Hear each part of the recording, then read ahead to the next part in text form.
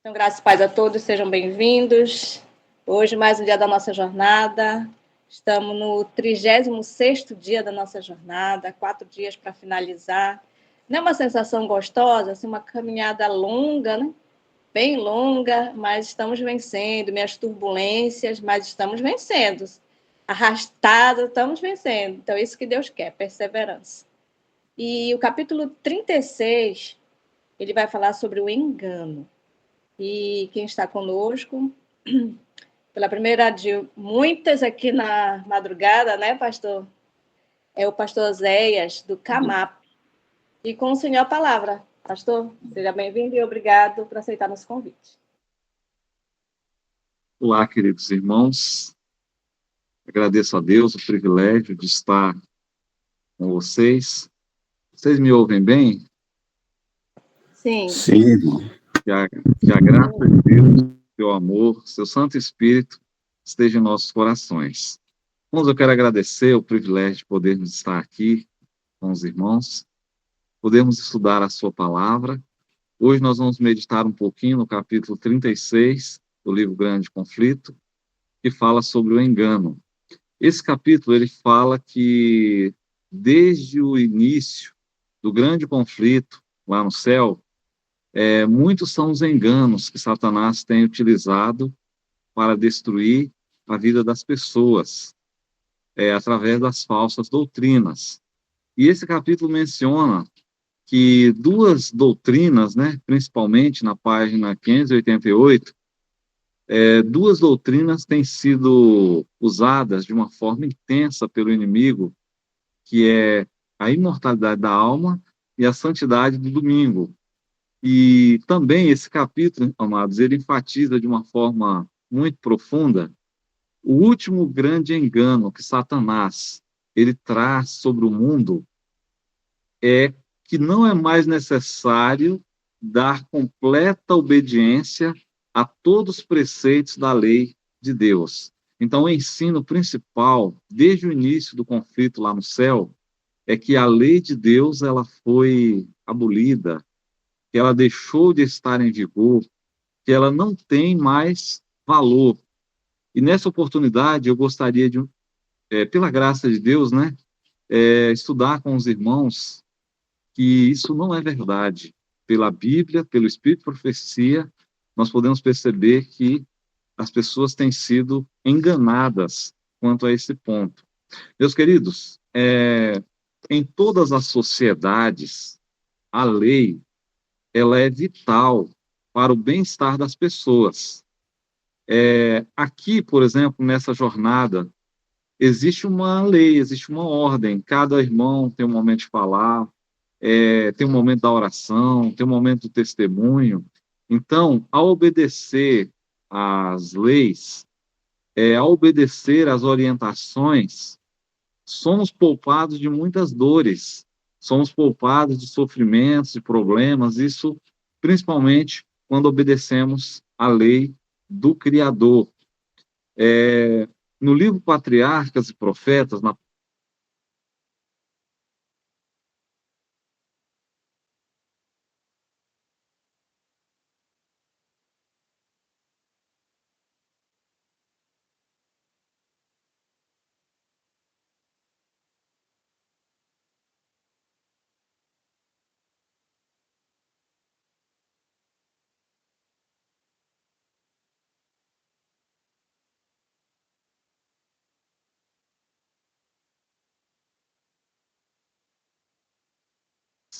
e essa mensagem jamais lhe fosse entregue, eu creio que os irmãos ficariam um pouco tristes, né? Uma mensagem importante que você precisaria receber, mas essa mensagem nunca fosse entregue a vocês. Então eu gostaria de, nesta manhã, dizer aos irmãos que Deus ele tem uma mensagem para a humanidade. Ele tem uma mensagem importante para nós. Eu gostaria de convidar os irmãos, aqueles que têm aí as suas Bíblias, no livro de Eclesiastes, no capítulo 12, aqui nós temos uma mensagem.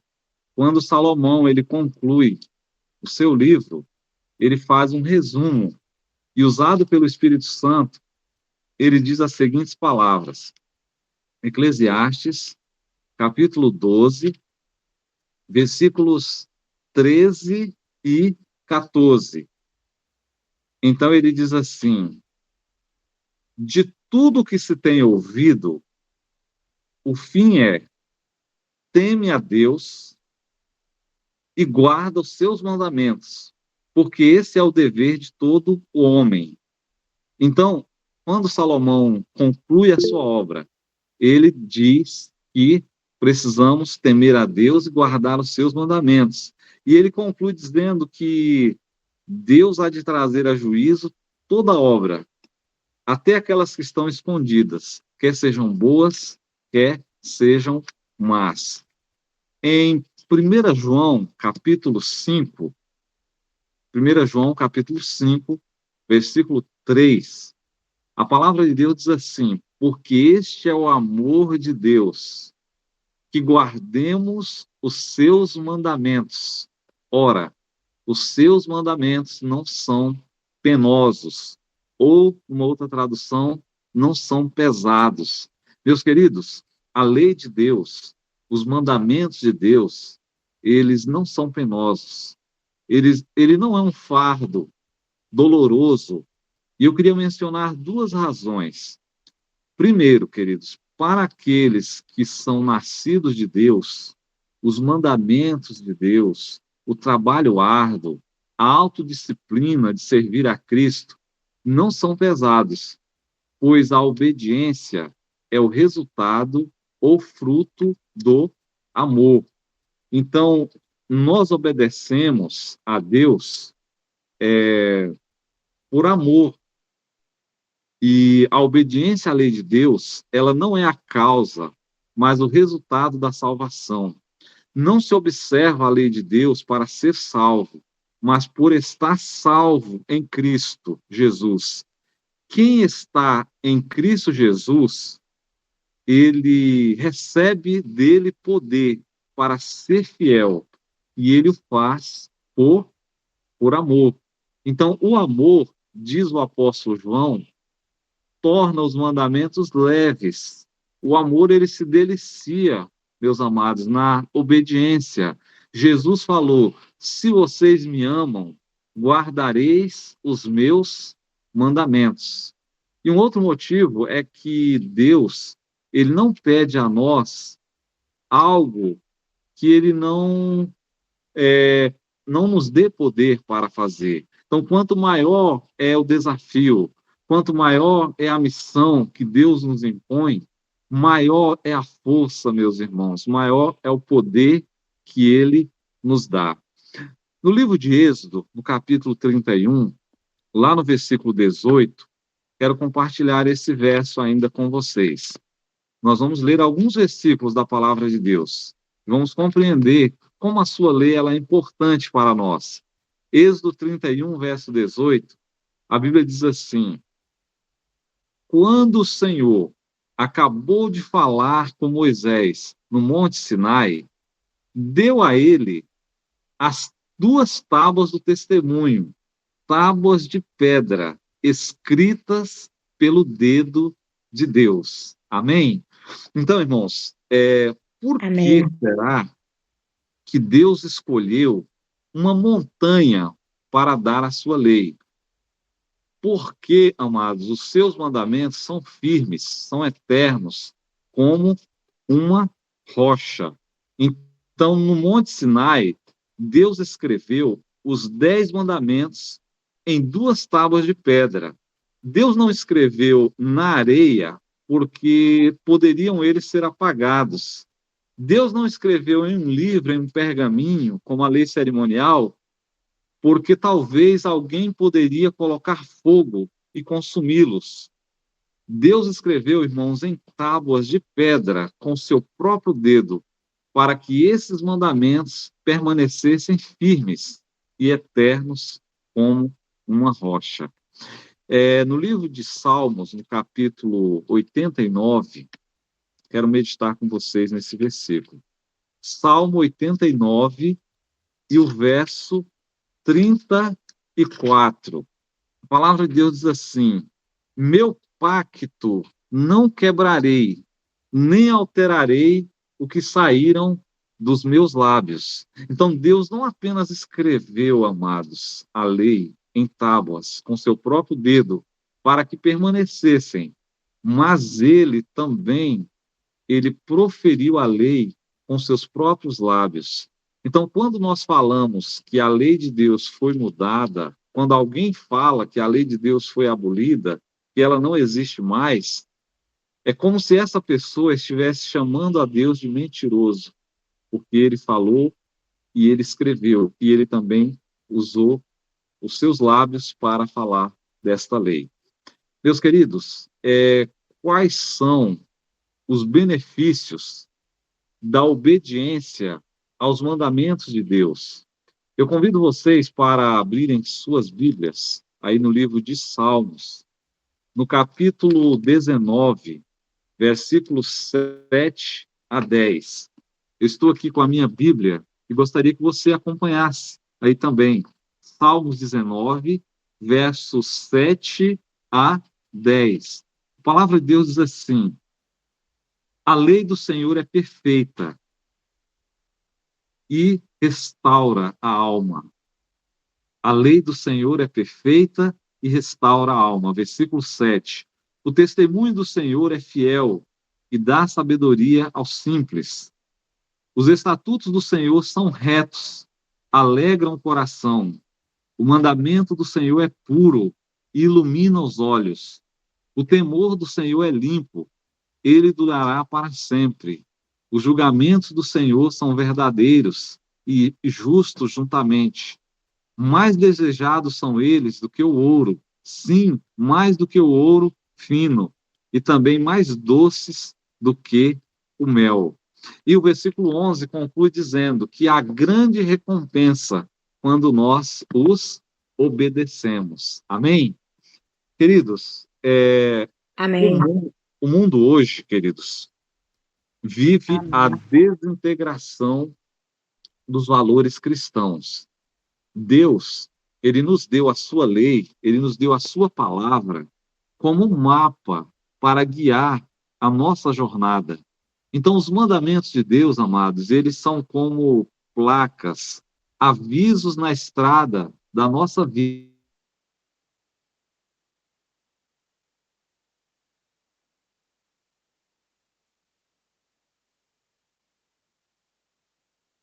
De princípios que exprimem misericórdia, bondade e amor. No livro Desejado, da página 225, há um texto que diz assim: Deus deseja que sejamos felizes. Deu-nos os preceitos de sua lei, a fim de que, obedecendo-lhes, tivéssemos alegria. Então, neste ponto agora, no Salmo 19, Davi, ele no início desse salmo, ele fala da criação, da natureza. Então, agora, Davi, ele se desvia da contemplação da natureza. Ele tira os olhos do céu e ele começa a nos mostrar as bênçãos especiais, as alegrias que eu e você, amados, podemos encontrar em todos os lugares quando nós obedecemos à santa lei do Senhor.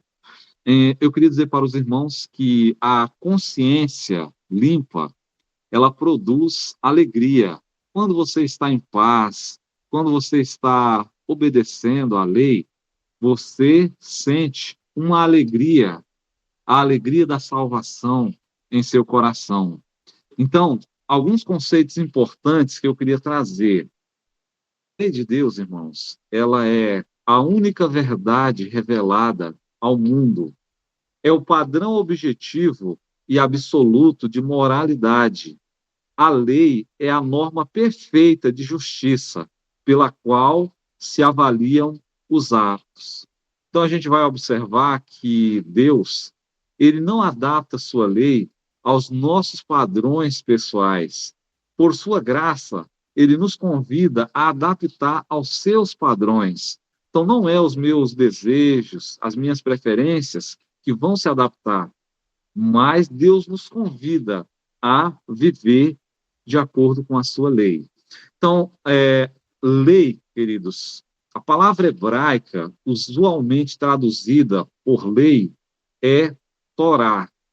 E no seu uso primário, essa palavra, ela significa ensinamento, instrução, ordem, princípio e direção. Então, a lei foi dada para instruir os seres humanos a servir a Deus, abster-nos das obras, resistir às tendências malignas de praticá-las. Então, em hebraico, esse termo Torá, ele não se refere apenas a uma legislação, mas a toda a instrução que nós encontramos na Bíblia, a palavra de Deus. Refletindo sobre a lei de Deus, lá no Salmo 119, Davi, ele disse no verso 96, Salmo 119, verso 96, Davi falou assim: o teu mandamento é ilimitado. Então, Davi quer nos mostrar aqui, amados, que a lei de Deus, ela abrange muito, ela vai abrange as nossas intenções, os nossos sentimentos, tudo aquilo que fazemos. O teu mandamento é ilimitado. O versículo 7, o salmista fala agora, no Salmo 19, que a lei de Deus, ela é perfeita. E eu pergunto para vocês, que coisa maravilhosa, né? Uma lei perfeita. O que isso significa? Que ela é completa, que ela é maravilhosa, amados. Ela não precisa ser melhorada. Em Romanos, capítulo 7, versículo 12, o apóstolo Paulo ele diz assim: a lei é santa, o mandamento é santo, justo e bom. Que coisa linda, o apóstolo diz. Então, no versículo 7 do Salmo 19, o salmista ainda diz assim: a lei de Deus, ela restaura a alma, ou seja, ela traz de volta a alegria, a paz, o refrigério.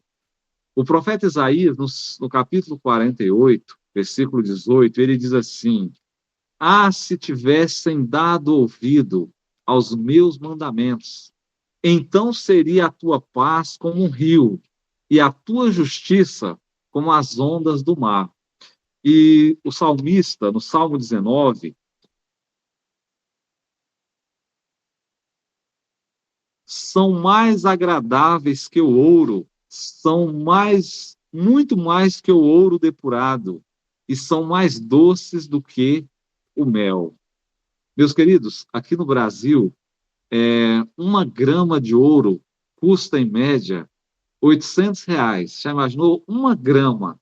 E aqui, queridos, vem falando que o ouro, esta riqueza tão cobiçada pelos homens, eles sacrificam as suas vidas, a sua existência por causa do ouro. E aqui fala também que o mel, né? A lei de Deus é mais desejável do que o mel. O mel é uma das substâncias naturais mais doces e prazerosas ao paladar. Então, os efeitos da lei sobre os seres humanos, eles são tão lindos, tão maravilhosos, que eles ultrapassam o valor do ouro e são mais agradáveis do que o mel. Então, as instruções de Deus são mais desejáveis, queridos, que as melhores riquezas que você pode conquistar, e mais agradáveis do que os melhores sabores de alimentos que você possa experimentar nessa vida. Agora, uma pergunta importante que nós precisamos fazer: quantos mandamentos é preciso violar para que uma pessoa ela se torne transgressor da lei? No livro de Tiago, no capítulo 2, convido vocês para meditarmos nesse verso. Tiago, capítulo 2, versículo 10. Pois quem obedece toda a lei, mas tropeça em apenas um ponto, torna-se culpado de todos. Meus irmãos, isso mostra que os 10 mandamentos, eles não é uma coleção de preceitos isolados, mas eles são um todo que estão inseparavelmente ligados entre si. Na verdade, todos os mandamentos, como está lá em Êxodo 20, 3 a 17, eles constituem uma única lei. Então, como uma corrente ela é quebrada quando um elo falha, como uma nota dissonante estraga a harmonia, como uma ferida em um membro compromete todo o corpo, ou como uma lepra em uma parte do corpo torna todo homem leproso, assim, meus irmãos, quando a pessoa ela desobedece um dos mandamentos de Deus, ela rompe toda a sua lei. Não é isso que Tiago está dizendo aqui? Aquele que obedece à lei, mas ele tropeça em apenas um ponto, ele se torna culpado de todos. Então, nosso Deus, ele espera de cada um de nós uma entrega completa, uma entrega perfeita. Ele deseja que cada um de nós possamos cumprir plenamente a sua vontade. Quando quebramos a lei de Deus, irmãos, nós o desrespeitamos, pois foi ele quem estabeleceu a lei.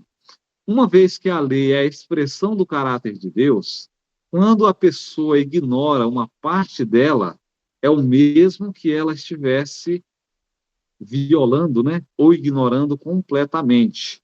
Selecionar a parte da lei que é conveniente e ignorar as reivindicações do restante, mesmo que só um detalhe, revela o desejo de fazer a nossa própria vontade e não a vontade maravilhosa do nosso Criador.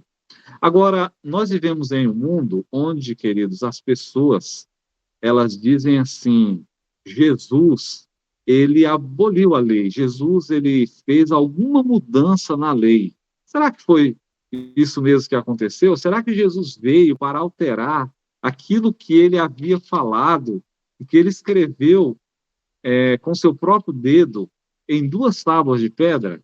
Vamos ver o que diz a palavra de Deus no Evangelho de Mateus. Abre a sua Bíblia aí, no Evangelho de Mateus, capítulo 5, pode acompanhar esse texto, por favor. E o verso 17, Jesus, ele diz assim, não penseis que eu vim para destruir a lei ou os profetas.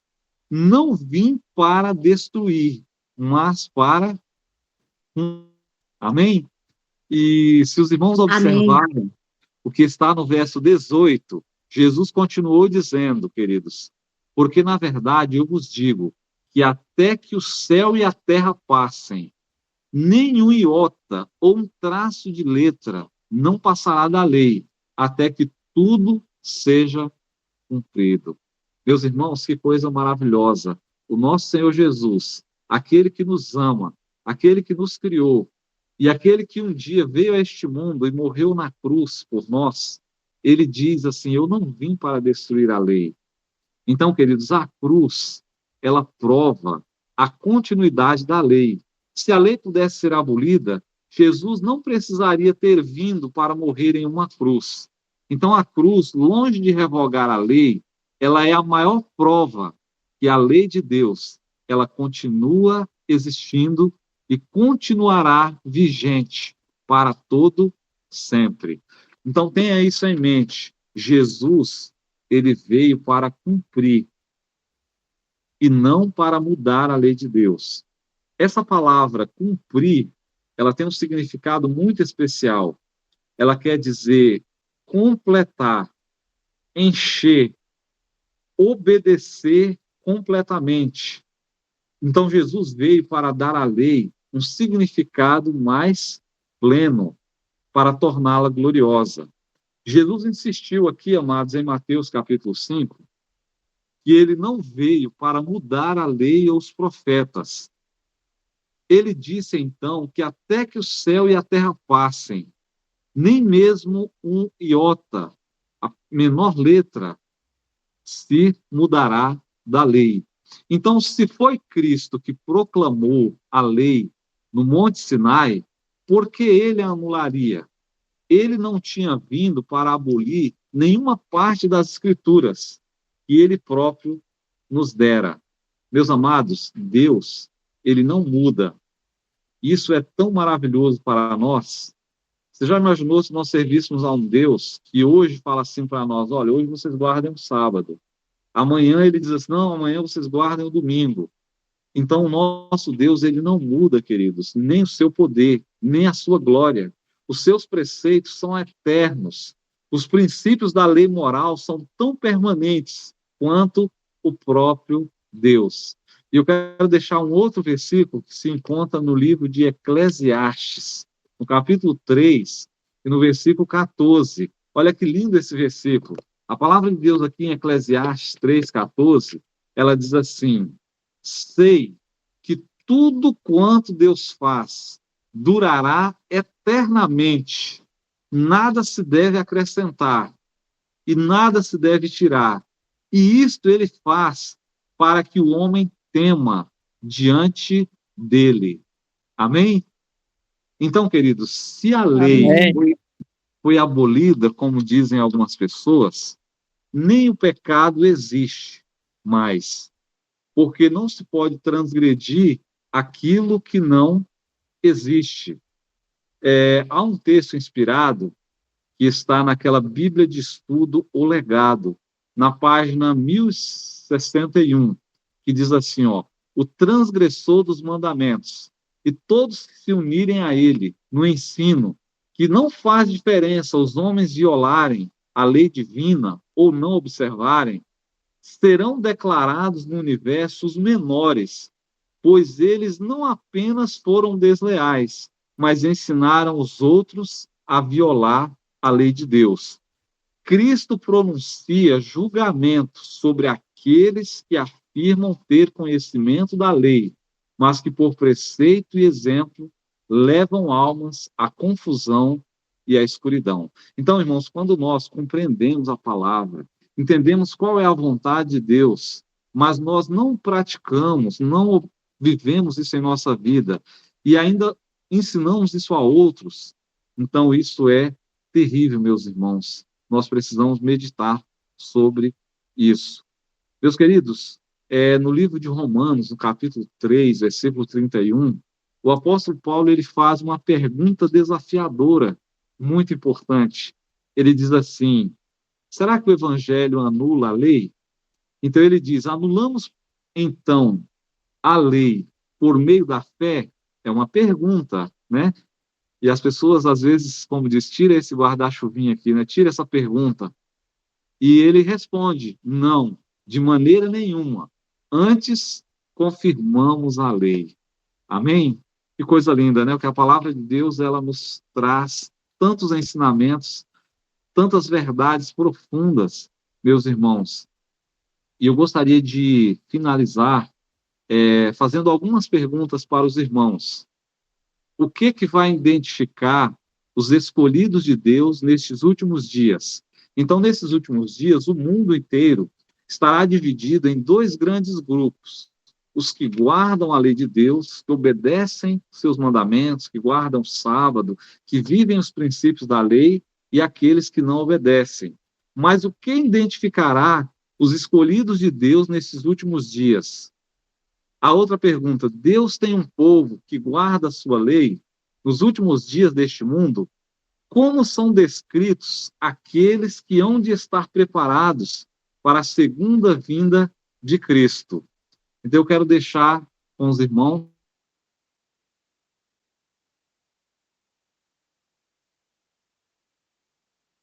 início da nossa programação.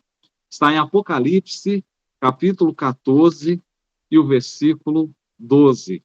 Na conclusão das 3 mensagens angélicas, a palavra de Deus ela nos apresenta o resultado, e ela diz assim, aqui está a perseverança dos santos. Perdão. Aqui estão os que guardam os mandamentos de Deus e a fé em Jesus. Então, queridos, a obediência à lei de Deus é uma característica essencial do seu povo no tempo do fim. Os mandamentos de Deus e a fé em Jesus são um marco que nos distingue das outras denominações. As 3 mensagens angélicas terminam com uma declaração positiva a respeito da paciente perseverança do povo de Deus. Então, essa palavra, aqui estão, está no verso 14. Aqui está a perseverança. Essa palavra, irmãos, se deve principalmente à pregação do evangelho no tempo do fim, o qual se opõe às atividades enganosas de Satanás. Então, os filhos de Deus são caracterizados por pregar a verdade pura, por guardar os seus mandamentos e por viver, meus amados, uma vida de fidelidade inabalável a Cristo. Eu estou muito grato porque nós pertencemos a esse povo, meus irmãos. Nós sabemos que nem todos neste mundo tomaram partido dos inimigos de Deus. Nem todos se tornaram desleais. No Testemunho para a Igreja, volume 9, página 15, diz assim: nem todos neste mundo tomaram partido dos inimigos. Nem todos se tornaram desleais. Uns poucos existem que são fiéis a Deus, pois João escreve: aqui estão os que guardam os mandamentos de Deus e a fé em Jesus. Então nós louvamos a Deus porque nós pertencemos a esse povo. E no livro Grande Conflito, na página 595, lá diz assim: Deus terá sobre a terra um povo que mantenha a Bíblia, e a Bíblia só, como norma de todas as suas doutrinas e base de todas as suas reformas. Então, meus queridos, nós pertencemos a esse povo. Pertencer a esse povo. E para você, quero deixar o texto que está lá em Jeremias, capítulo 31, versos 31 e 33. Onde Deus deseja, meus irmãos, escrever a sua lei. A palavra de Deus diz assim: eis que vem dias, diz o Senhor, em que farei um novo pacto, um novo concerto com a casa de Israel e com a casa de Judá. Porém, esse será o pacto que farei com a casa de Israel depois daqueles dias, diz o Senhor. Eu colocarei a minha lei no seu íntimo e as escreverei nos seus corações. Eu serei o Deus deles e eles serão o meu povo. Meus irmãos, a ação de Deus em escrever a sua lei no coração humano não é obra do ser humano. É uma obra maravilhosa da graça dentro do nosso coração. Então, a partir desse momento, irmãos, a lei de Deus, ela deixa de ser um padrão externo de justiça, mas nós aguardamos com amor, com alegria. E Deus, meus irmãos, ele faz isso por meio do Espírito Santo. Então, meu desejo, a minha oração, é que o Espírito Santo ele seja enviado para a vida de cada um de nós, para que nós possamos ter alegria em servir a Deus, em fazer a sua vontade. E que você tenha um dia muito feliz, um dia muito abençoado na companhia de Jesus. E a alegria da salvação, o amor de Deus, ele venha a ser derramado em cada coração aqui presente. É o meu sincero desejo e a minha oração. Amém.